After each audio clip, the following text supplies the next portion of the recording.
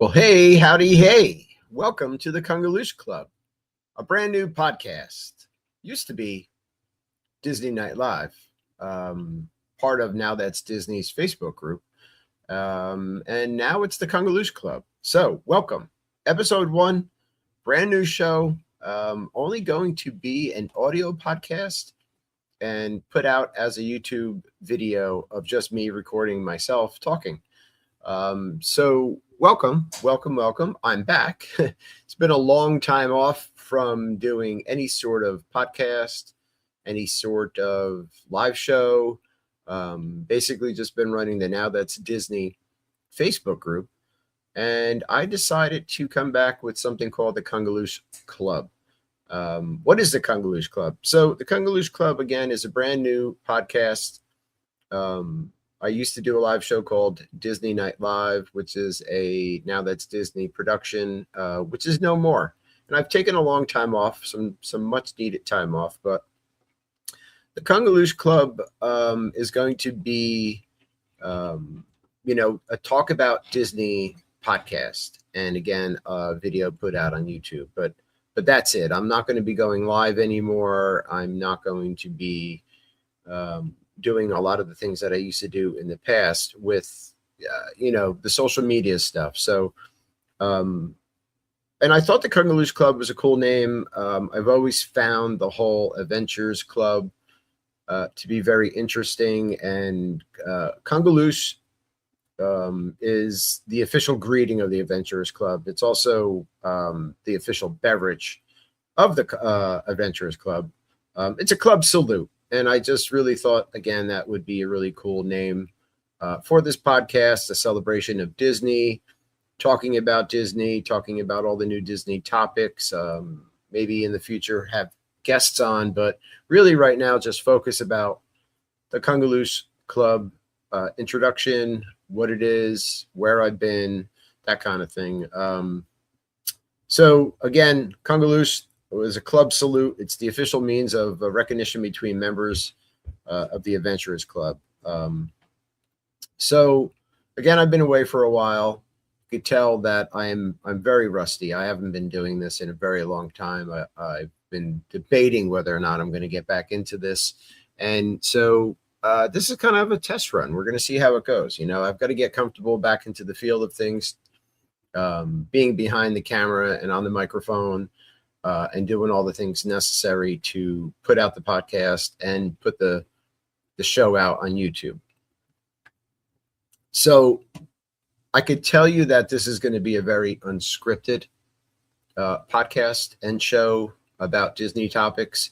I'm not really going to be doing a lot of notes. There will not be a lot of the sharing out of the live show that I used to do in the past, or again, going live. I think that, Disney live shows are kind of a thing of the past. I mean, we were barely getting people watching us, and whether or not it's because the show wasn't very good or people didn't like it, or it's just, again, the thing of the past. I feel that a lot of people are getting away from watching live Disney shows, live streams.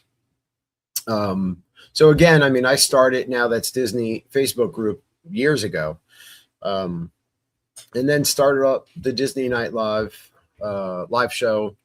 Used to be on a Friday night. Then we moved to Saturdays, and then Wednesday night, and then back to Saturday. And little by little, for whatever reason, our viewers dwindled.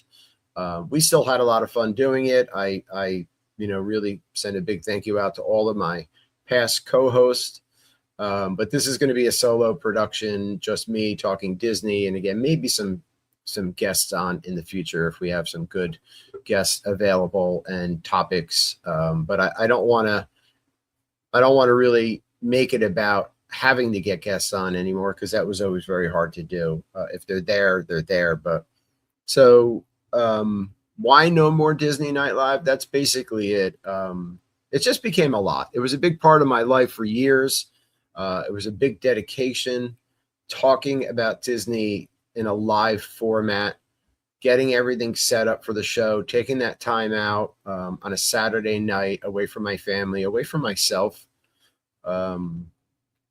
it was a lot, and it became a lot, and I needed to step away from it for a while, I think, to kind of appreciate how much I really enjoy Disney and wanting to get back into talking about Disney in a whole, but not in a live format. It was just, it was a lot of pressure on me. I put a lot of pressure on myself to make sure that, things went right and it was produced correctly, and that people were going to be on the show, topics, that kind of thing. And then again, a dedicated time and date for a show was getting harder and harder to lock down. I started missing Saturday nights with my family. I started missing time for myself. So this is, again, kind of like Disney Night Live, but just not live. And now it's the Kungaloosh Club. And again, I got into the Disney Facebook thing years ago because, I wanted something to do. I needed something to do. My therapist had told me, basically, what are you doing for yourself? I really enjoy Disney, all facets of it. And so I said, you know what? I'm in a lot of Disney Facebook groups. I'm going to start one myself. And that parlayed into a live show. Taking our family to Disney, 12 years ago, maybe the first time as a family. My son was 5. Was our first family trip. And fast forward to now, 2026, my son's 17. We own Disney Vacation Club. We go to Disney World yearly. We really enjoy our family trips. We're actually fresh off of our most recent Disney trip where we went at the end of June to the beginning of July, and had a really great stay. Really enjoyed our time there on property at Walt Disney World. We stayed at the Polynesian and then moved over for, I believe, 3 days at the Polynesian Island Tower, which was absolutely beautiful. And we'll talk about that. But I've given backstory before of why I've gotten into Disney, but again, I really needed to find something that was an interest of mine. My son was diagnosed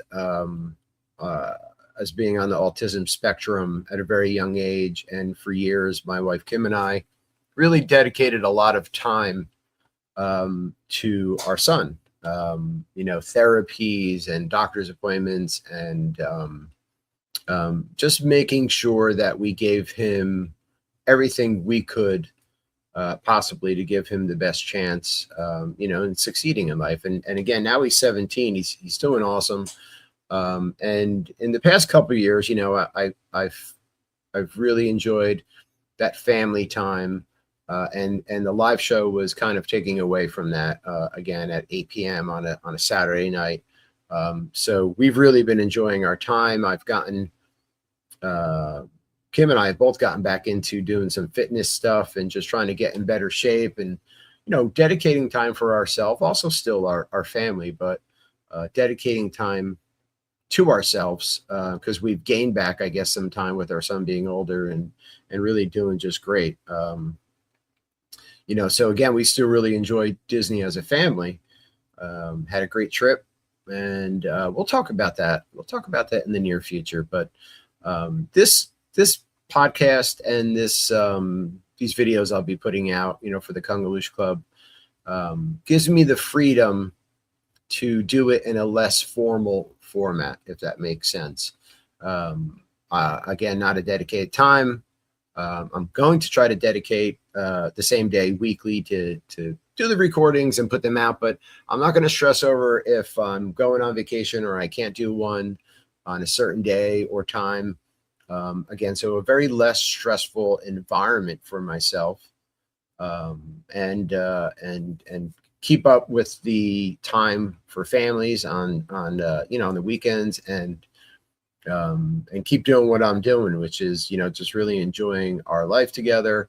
Again, working out has become, I'm doing something each day of the week. So if I'm not doing some sort of functional weight training, with cardio. I'm doing cardio, but I'm doing something every day to kind of give something back to myself and my family, and just finding time for myself, which is really important. That people need to find time. And I spent a lot of time with the Facebook, now that's Disney Facebook group. I spent a lot of time looking at other groups and being a part of those Facebook Disney groups, and also watching Disney vlogs to stay current on a lot of the Disney things. Sorry, I need a little sip of water there. I haven't done this in a while, so kind of blabbing at the mouth here. I do watch. I try to do at least one vlog a day of watching some of my favorite YouTube vloggers that focus around Disney, Disney content. I can tell you that I'm still watching a lot of the same ones that I watched in the past when I was doing the live show, and keeping up with Paging Mr. Morrow. Watching one of my favorites is, and it's not all Disney, but Timmy's Takeout. Timmy. I love his content. He's so funny.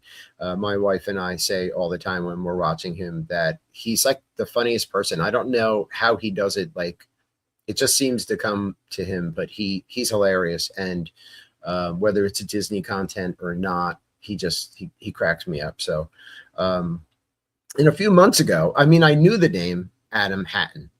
I knew of the name, but I had never watched his vlogs before. I've seen a lot of people talk about him being their favorite, and man, I've been absorbing over the last couple months a lot of his vlogs from years ago up until current, and just really enjoying his content. I think he does a great job with his Disney content. Also has a friend that goes on a lot of trips with him, Gary C, who is adorable. And I didn't know when I started watching Adam that Gary C was going to be a part of it, but he is, and together they're really good. But I just finished, I think from 2024, Adam's first trip to Disneyland, Tokyo Disneyland, which was really cool. I think it was from 2024. It was like a 5-video series. And of course, Tim Tracker, still love watching his content, and many others. Going back when I first started, there was Big Fat Panda, who now is, one of our good friends, and we got to see on our most recent trip to Walt Disney World. And, I've stayed with watching the Disney content, and not living in Florida or near a Disney location. It's hard I found that very hard to put out content. Also, the live show, you could still talk about it, but putting out content when you're not near the parks, you kind of rely on the news, and also, to stay current and know what's going on. Again, social media content and blogging. So, but for me, I think that a lot of people still listen to podcasts. And I thought I still wanted to talk about Disney. It took me a while to get back into this, though. I debated. And even today, I was like, all right, I'm going to sit down in front of the screen and the microphone and just start talking about Disney, and we'll see how it goes. I'm always really self-conscious about, am I saying the right thing? Am I getting the content and the news out correctly?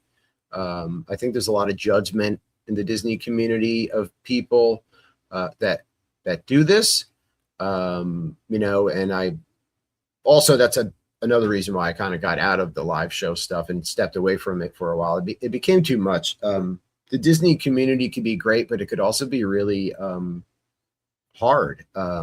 I had this whole different idea when I first got into it, that the Disney community was different than what I found it to be. There's not many people doing Disney content that are, I guess, supporting each other, or not supporting the ones that aren't popular. I found that the ones that are doing a really good job and that are popular kind of all know each other, but then it's hard to be found, and it's hard to be discovered, or for people to find you and listen to you or watch you, because the other ones are just they're their numbers are huge, you know, and they get sponsored. And you know, I want to remain true to what I'm doing. I want to remain true to talking honestly about Disney. I have no sponsors other than my favorite streaming Disney music station, which is D Magic World, which I'm always promoting and used to do on the live show and still do in the Facebook group now that's Disney. So there's only a few that are tried and true and have stuck with us. But I find it really hard to kind of get out there and get known or get people to hear you with so much content and so many of them doing a really good job. You know, and I rely on that a lot. And I know a lot of people are watching and listening to their favorites. So, but I kind of got away from who I was and the meaning of it and saying that I'll do a live show even if no one's watching, because I started relying on numbers and how many people were watching or how many people were listening and commenting. And it kind of little disheartening. It got disheartening, you know, towards the end there, where a lot of people weren't tuning in or commenting. And I still enjoyed doing it for the people that did, and even with my co-host and myself. But you know, I kind of got away from that, and I started getting caught up in it needs to look a certain way or sound a certain way, or I need to be doing what all the other people are doing. I'm never going to be able to make Instagram or TikTok content like others because they're in the parks. And you know, let's face it. I mean, I just turned 54. I don't want to get into editing and doing all these things. I just don't want to. It's not that I don't think I know how or I can. I just really don't want to. I don't want to be, that's not what I want to do. I just want to talk about Disney, and I want to talk honestly about it, you know, and keep getting information out. So, you know, again, it's going to be true information. It's going to be my honest opinion about it. It's going to be very open. I'm a very open person. I'm not gonna hide how I feel, and I'm also not going to shy away, which I did for a while there. But towards the end of Disney Night Live, I just couldn't anymore. I have to stay true to myself. I have to stay true to my feelings and my beliefs, and just how I kind of also on my own, you know, Facebook platform. Put things out there about politics or the world. I felt that for a while I couldn't, because I was afraid people would stop listening or watching. And I think some of them did, because, you know, everyone has a different opinion, but this is not how I make a living. And I don't want to worry about what people think of me or my opinion on certain things about the world or what's going on.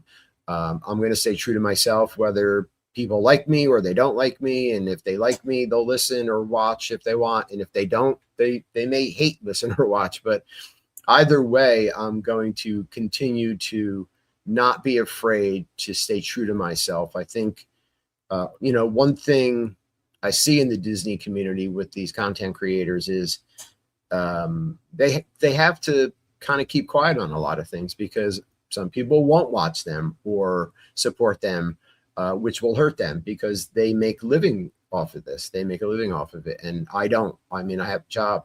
You know, that's how I support my family. This is not paying me. You know, I'm not making any money from it. I'm not sponsored. I don't need to worry about the numbers. So, you know, and again, you know, the one sponsor that we do have is D Magic World, and dmagicworld.com again has stayed my favorite Disney streaming music station. It's a 24-hour, 7-day-a-week music station, and I think they do a great job. It's my favorite, you know, and I'm going to keep listening to them, and I'm going to keep promoting them.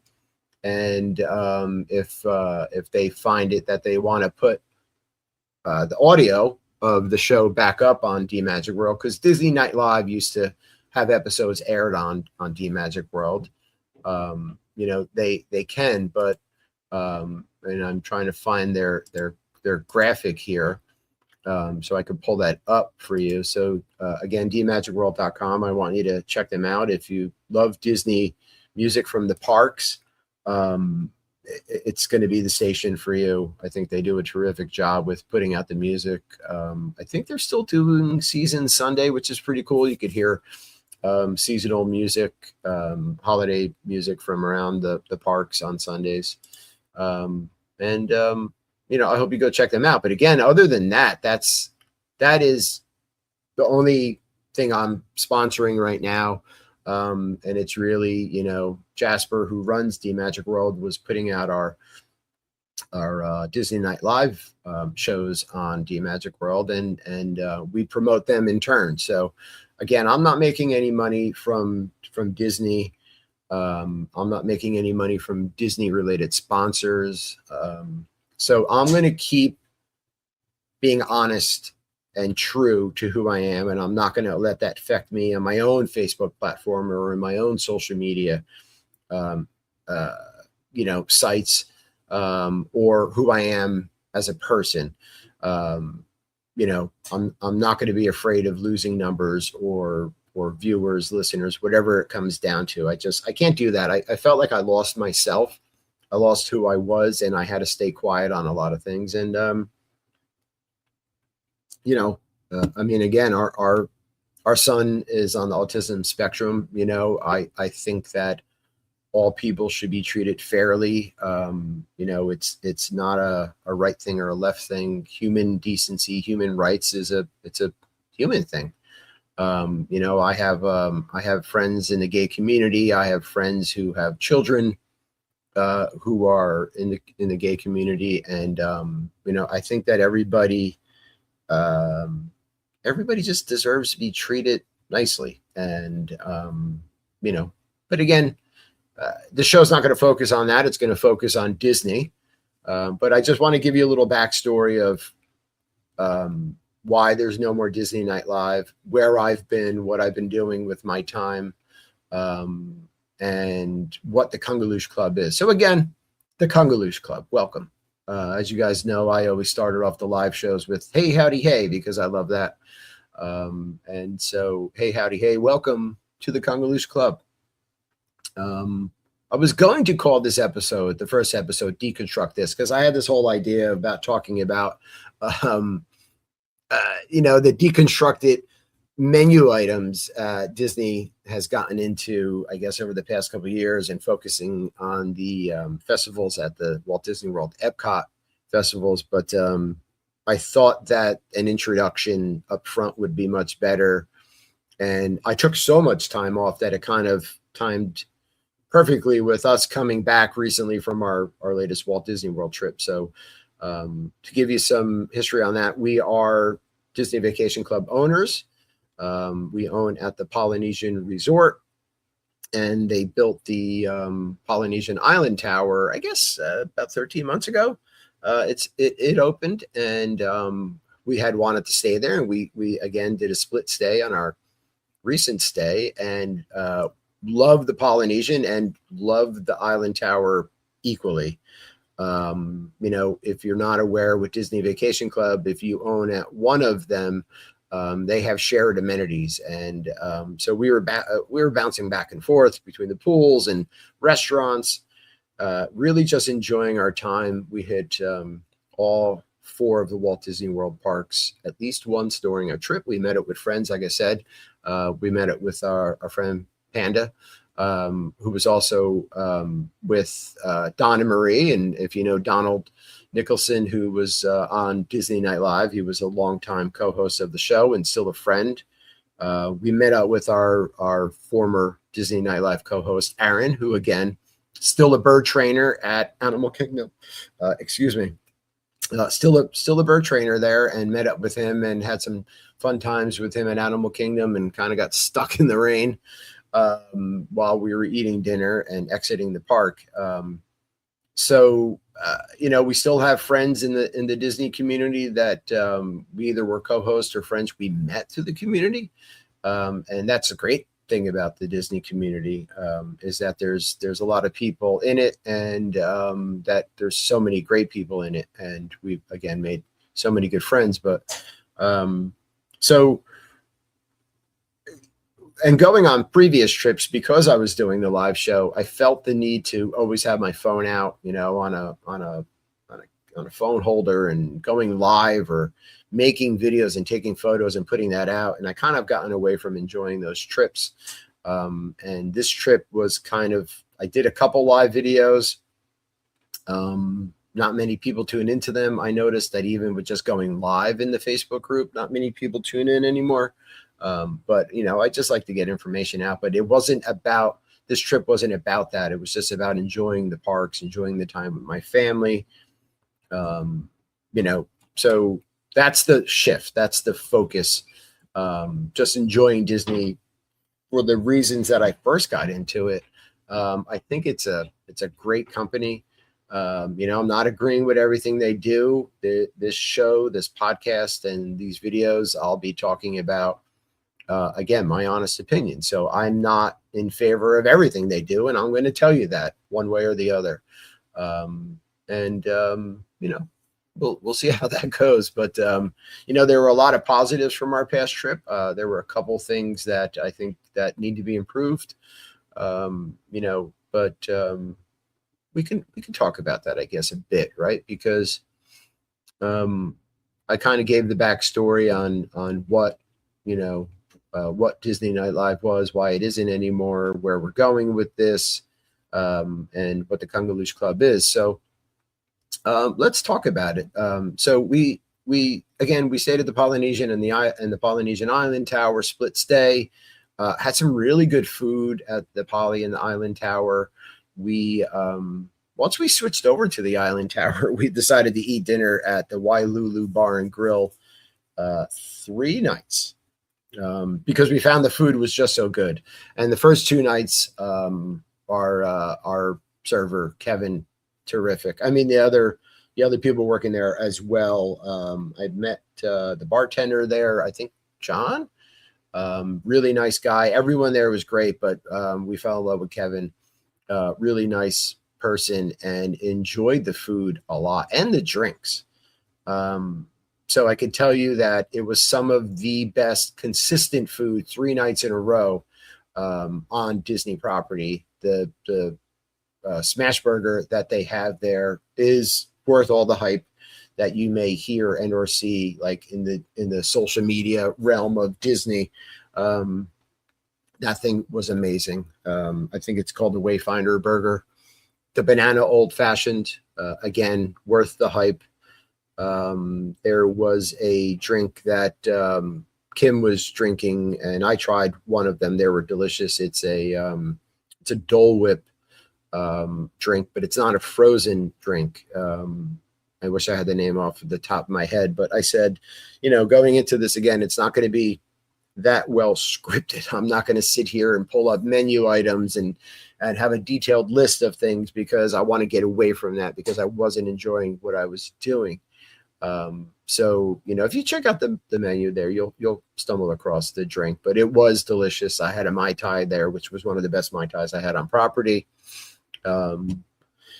And just a really cool vibe. The Island Tower for the Polynesian is very laid back compared to the Polynesian, the original Polynesian resort. There's less people hanging out there because they don't have shops inside of the resort. It's just a resort and a restaurant, pool. They have a fitness center, which Kim and I used almost every day of our trip, which was great amenities. That now turning attention to the Polynesian, still love the Polynesian. Favorite resort on Walt Disney World property. Again, that's the reason we bought our vacation club there. I guess it was about 10 years ago, maybe 10 years ago, that we became owners. And, but I do find, it's really crowded, which takes away from some of the vibe. There are a lot of people visiting the popular resorts at Walt Disney World, which kind of takes away if you're staying there, because It's hard to find somewhere to sit in the lobby. It's hard to find space there. It's hard to find dining reservations. It is crowded. The shops are crowded.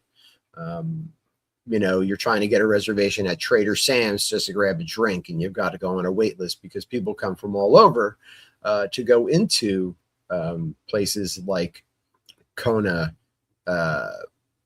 Trader Sam's, Ohana. And I think it took away from that a bit. And I kind of now see, which is another hot button topic going on with Disney, is trying to stop a lot of people who don't have a reservation, a resort reservation, or some sort of dining reservation from visiting these resorts. Because if you're staying in a resort, you want to enjoy the amenities, but without so many people there that aren't staying there, kind of beating you for that space and reservation. So I know a lot of people are upset in the Disney community about the recent changes that are going on, where if you're going to Disney Springs, people were hopping on resort buses and parking at Disney Springs for free and then going to resorts. And now you need to show some sort of a reservation, I believe, to get on these buses. And I kind of agree with that, regardless of whether you're pulling up in your car or you're coming via some sort of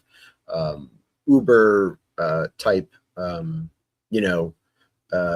ride share, pulling up and not having a reservation, just kind of there. And part of it is, I get it. It's expensive. People are trying to skip out on parking, how much they have to pay for parking, or if they're not staying there, they still want to see the resort or the stores or places around Disney. But I think a lot of that's kind of the negative about the Disney social media thing, because there's so many people out there, talking about it freely and saying, I parked at Disney Springs and I take a bus and I go here and I do this, or I made a reservation at Kona at the Polynesian, and it took me a half hour to eat, and then I have a couple hours that I could just either walk around the Polynesian or get on a monorail and go where I want. And I think that's kind of like the downside of it, because there are ways to get around certain things at Disney, but I don't think we should be promoting these things. So some of these social media outlets or these bloggers or influencers, I think they should kind of stop giving out these shortcuts, and kind of bragging about the fact that they're doing these things, because, it is a company, it's a resort, they are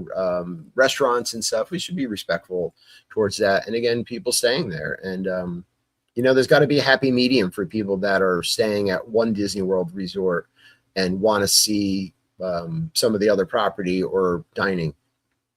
Without it being a security risk, because my background started in security, and I'm all for security and feeling secure, and my family feeling secure and where I'm at. And that's a big part of why I also like Disney. They're clean, they're a great company. I think they do a good job with people that have special needs and security. I want to feel safe. And I think the other park goers and visitors need to feel safe as well. So that to me, I don't think should be compromised. So I'm kind of going off the rails here a little bit about staying at the Polynesian, but it is kind of hard to find reservations for dining and stuff, or again, a place to just sit in the lobby if you're waiting for your room to be ready. The day we arrived, it as soon as we got there, it downpoured. We were just getting ready to go to the pool. Our room wasn't ready. And it downpoured. So we got a Dole Whip at Pineapple and we wanted to go sit in the lobby and wait. And there was just there's no open space, no open seating. And they're doing a lot of construction at the Polynesian right now. So Captain Cook's quick service was overrun with people, because there's limited seating outside, limited seating inside, with the outside terrace being closed. So, I do think Disney's going to get stricter in that means, and make sure that people are going places that they belong. I guess that's how I'll just say it. But And the Polynesian's been there for a while, so there's some things that I kind of after the trip wrote to Disney about, because I think that they should know how their resort guests feel. Because again, it's not all sunshine and rainbows, right? So the Polynesian, some of the part of the rooms are showing its age. The elevators are really showing its age. Some of the things could be better. So I let them know about some of those items.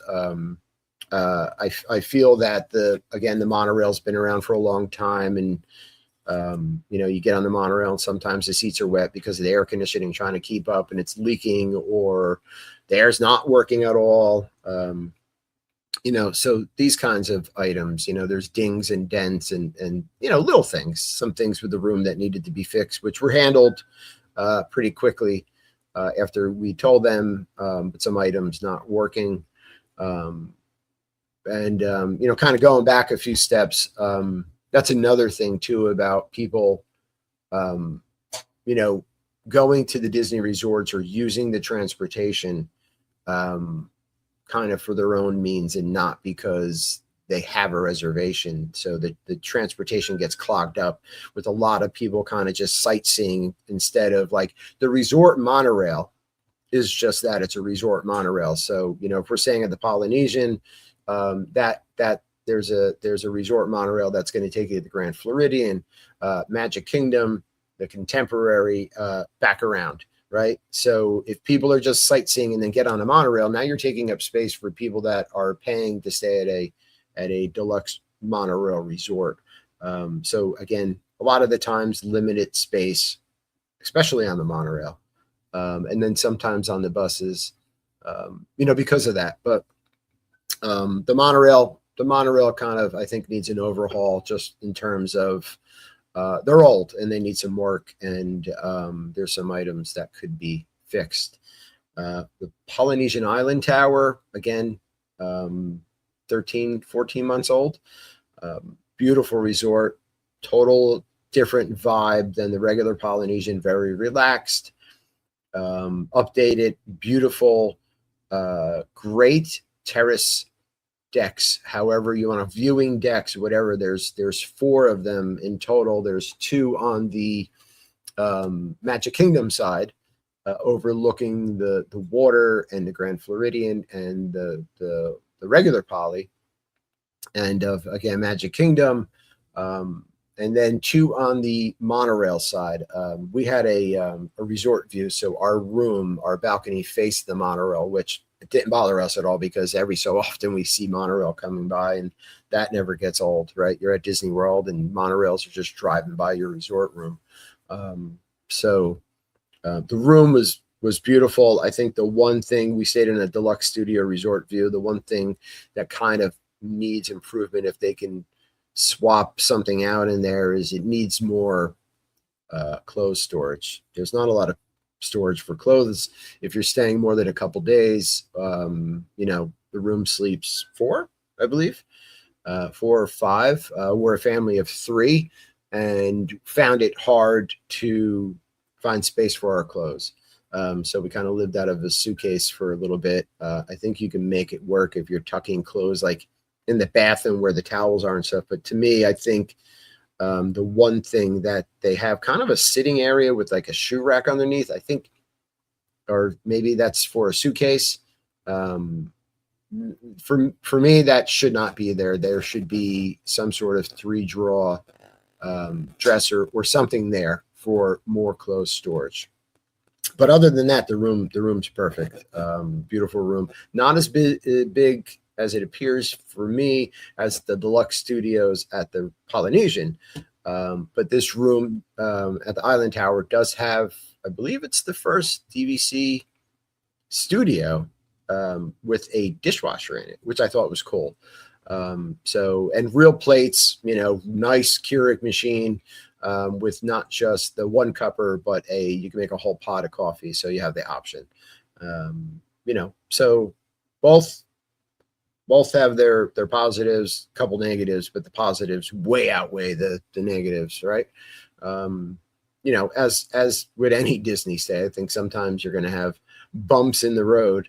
during your trip. But the positives outweigh those negatives. And the other thing too is there's so much planning that goes into Disney that you want it to go right. I mean, there's so many things that you have to do at certain times, and there's a cost that goes into it, and this planning, and you want everything that you plan to happen right, and you have to realize sometimes it's not. I can tell you that on this trip we did use lightning lanes for Magic Kingdom, Hollywood Studios, and Epcot. And the night we went to Epcot, it was the extra magic hours or extended evening hours for deluxe guests, which I did have an issue with. I wrote to Disney about, and I'll get into that. But, the lightning lanes, they're not cheap. So one complaint about the lightning lanes, I got the multi-pass lightning lanes for those parks, and you could book them if you're staying at a Disney resort 7 days in advance, 3 days in advance if you're not staying on property at Disney.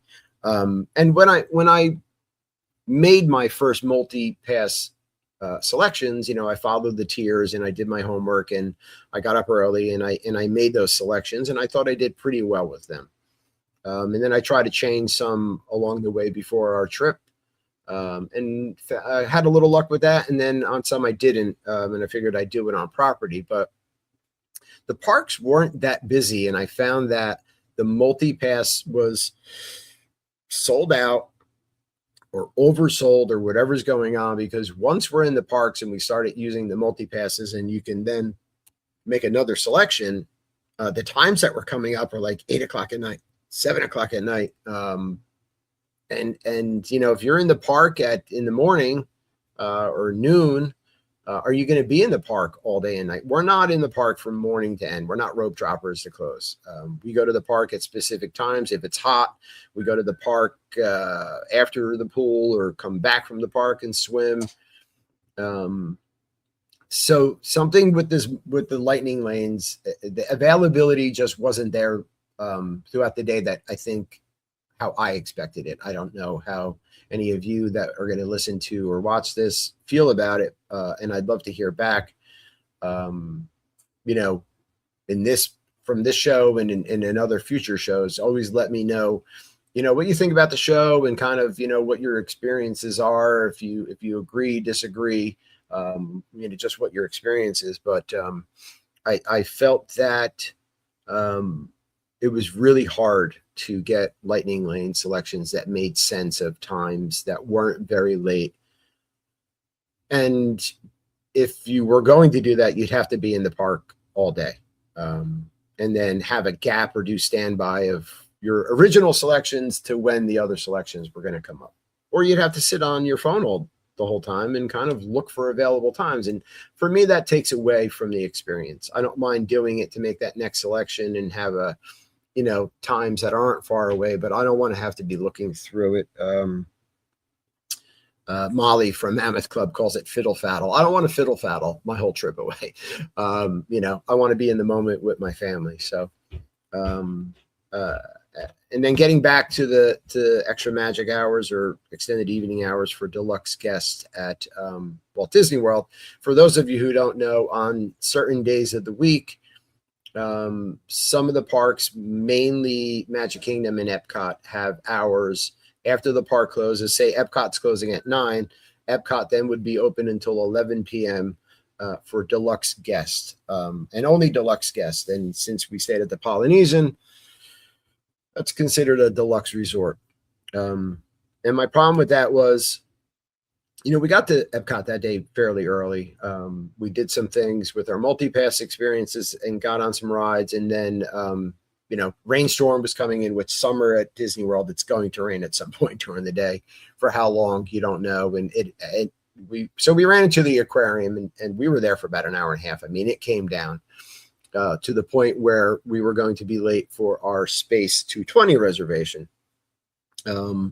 So we just hoofed it over. We took off our shoes and socks, put them in bags, and hoofed it over there to Space 220. And whether that's allowed or not, I'm not sure. But we didn't want to get soaking wet sneakers or shoes. And then made it to Space 220. And by the time we had our dinner, and I think Space 220 got backlogged because of the rain and people being late for their reservations. Our food came out late.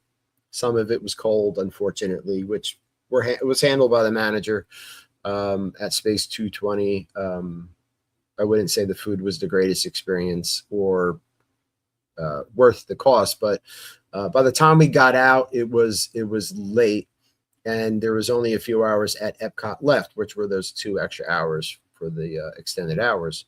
And then going around, like Test Track's really popular. So Test Track had like a 70-minute wait, right? So we obviously opted not to do that and waste most of our time in line for Test Track. So we started going around the World Showcase to hit other attractions and did Frozen, but then they closed down part of World Showcase, and you then have to walk all the way around the other way to get to, we were going to go do Remy's Ratatouille Adventure. So that takes time, right? And the cast member's kind of like, well, it's the same distance from here to there. And it's like, I understand that, but I was not aware that they closed down part of the World Showcase during those hours. And we didn't get to experience the World Showcase really at all during this trip. We were kind of just hoofing it around, trying to hit those attractions before the park closed. So if you are doing those extended evening hours or extra magic hours, I forget what it's called. Again, unscripted, not really prepared here. But just know that some of the things available during the regular hours will not be available during those hours. Parts of the park, some of the stores, restaurants, quick service locations, whatever it is. There wasn't a lot open at Epcot. I managed to snag a beer at the fish and chip window there in the UK pavilion, which I was happy about. Always to grab a harp on tap over there. Delicious fish and chips too, by the way, if you ever get a chance, whether or not you're going into the restaurant, the Rose and Crown, or getting the quick service, delicious. But yeah, not a lot open. So, but overall, a great trip. I think the parks were not that crowded at all. Sorry, my throat is drying up here. Needed a little sip of H2O. Yeah, the parks weren't that crowded. We managed to get through a lot of items that we wanted to do. Some we didn't, but there's always next time for those returning guests. The parks look great, always clean. Cast members are awesome, amazing, and had fun with meeting up again with friends and just enjoying family time. We did venture out of the Disney bubble this trip and went to Universal Epic Universe. And I think I'm going to save that discussion for another episode. But my son really wanted to see the Nintendo portion of Universal Epic Universe. So we did. We spent some time at Universal Epic Universe off property, out of the bubble, which was really hard to do because I never like to leave the Disney bubble. Those of you who know me, who are in the Now That's Disney group or used to watch Disney Night Live, know that once I'm in the Disney bubble, we stay in the Disney bubble. We don't even go to Disney Springs, to be honest with you, which is a whole nother thing that everybody can't believe that. But we enjoy our resort and the parks that much, and doing some dining or relaxing and a decent amount of pool time. Because it's not just about the parks. We want to enjoy the resorts. For us, it's not just about the parks. And it's also a vacation. So we want to make sure we're giving our son time in the pool and us relaxing, or again, hitting the fitness center. That's what we did. We don't go to Disney Springs. We haven't been there in years. We did have a reservation again, I think, for the Boathouse this time around, and we wound up canceling that and eating at Wailulu Bar and Grill again, which we have no regrets about. I'm not dissing Disney Springs. I know a lot of people love it, but I'm not going to Disney World for that. I think there's a lot of dining in the parks and at your resort or other resorts where I don't have to take time out from what I want to do to go to Disney Springs to maybe try some dining or stand in a line for a cookie. Like I don't want to do that. And I think there's enough shops, again, inside the parks and either at your resort or other resorts that I don't want to spend what I consider quality time, going and doing that. And we haven't gone, I think, since the first year that we visited with our son. And it doesn't mean we won't go in the future and not enjoy it, but it's just what I'm saying is for us, at this time, we don't like taking time away from what we're currently doing. The trip goes by so fast and your days go by so fast that we just don't want to take time away. So I think for episode 1 in this introduction, I think that's what I'm going to cover. I'll see what next episode brings. Maybe we'll get into our Universal Epic Universe Day, and how that went versus, the Disney bubble. So, again, I hope that if you enjoy the show, you keep listening or you tune into the video that I'm going to put on YouTube of, again, just this recording, nothing really rehearsed, not a lot of notes, nothing special, not a lot of graphics or, things, that kind of stuff, loading photos in before the show or videos of research that I did and pulling that up. This is a free scripted deal. But if you enjoy Disney and you enjoy this, I hope you keep listening, and I'd love to hear from you. In the future, I'll put this episode out and we'll see how it goes. But again, it's not going to be edited. I'm not going to worry about an introduction and how that goes and removing music for the podcast or whatever. I can't do that at this point in my life. I think it's just this is what you get, right? You get what you get and you don't get upset. So if that's for you, then thank you. But I hope you tune into the Kungaloosh Club in the future. I wanted to kind of get this off my chest. I wanted to get back out there into talking about Disney again, because I really enjoy it and kind of shake the rust off. It has been a while. It's been a hot minute. Hello to everybody that used to watch or listen to Disney Night Live. We're always grateful for the people that tuned in and supported us. So thank you. And I hope you like the Kungaloosh Club. Again, it's a celebration. It's a celebration of Disney and talking about Disney, and it's meant to be a fun thing. And I thought the Kungaloosh Club was a cool name. Again, I really like that. And we'll get into the history of the Adventurers Club and that whole thing, because I think there's a lot of history there and cool information. Tune in for more as I fiddle with my my StreamYard information here on my right, trying to find a song to take us out with here. And again, we'll see you in the future. Next week should be doing another episode. I'm not going to go crazy if I don't, though. If I'm on vacation, I might not do an episode. I'm not going to drive myself crazy with it, but stick around because there's more from the Kungaloosh Club, and I hope that you enjoy it. You have a great day, a great week, a great everything.